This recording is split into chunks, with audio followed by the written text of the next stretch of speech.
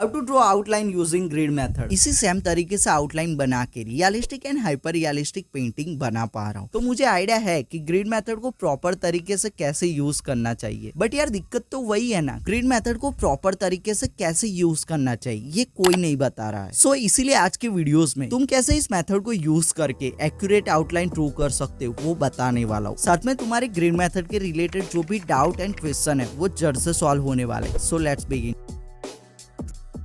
Example के लिए मैंने अभी विराट सर की पेंटिंग सिलेक्ट करी। अब मुझे इसको ड्रॉ करना है तो मैं सिंपली इसकी एक प्रिंट निकाल देता हूँ, बिकॉज मुझे रेफरेंस इमेजेस वाला ऑप्शन बेस्ट लगता है। इस पेंटिंग का मेजरमेंट 18x28 का है, तो सिंपली मैं यहाँ पे 2 सेंटीमीटर के गैप पे यानी कि 2 4 6 8 तो ऐसे 4 साइड मार्क कर दूंगा। लेकिन तुम्हें इस मेथड को यूज करते टाइम कुछ चीजों का ध्यान जरूर रखना है। एक तो तुम 2x2 या 1x1 में भी ग्रिड को ब्रेक कर सकते हो। दूसरा, बॉक्सेस को हमें स्क्वायर में ही बनाना है, रेक्टेंगल में नहीं। बट एक काफी इंपॉर्टेंट पार्ट है तुम्हारे नंबर ऑफ बॉक्सेस, क्योंकि जितनी ज्यादा नंबर में ग्रिड को ब्रेक डाउन करोगे उतने ज्यादा बॉक्सेस बनेंगे। इससे एक्यूरेसी तो आती जाएगी बट कंफ्यूजन और कॉम्प्लिकेटेड हो जाएगा वो अलग से। सो सिंपली A4 में 1x1 या 2x2 बेस्ट है। अब जो भी हो, ग्रिड को रेफरेंस इमेजेस पे ड्रॉ करने के बाद बात आती है इसको एक्चुअल में पेपर पे कैसे ड्रॉ करें।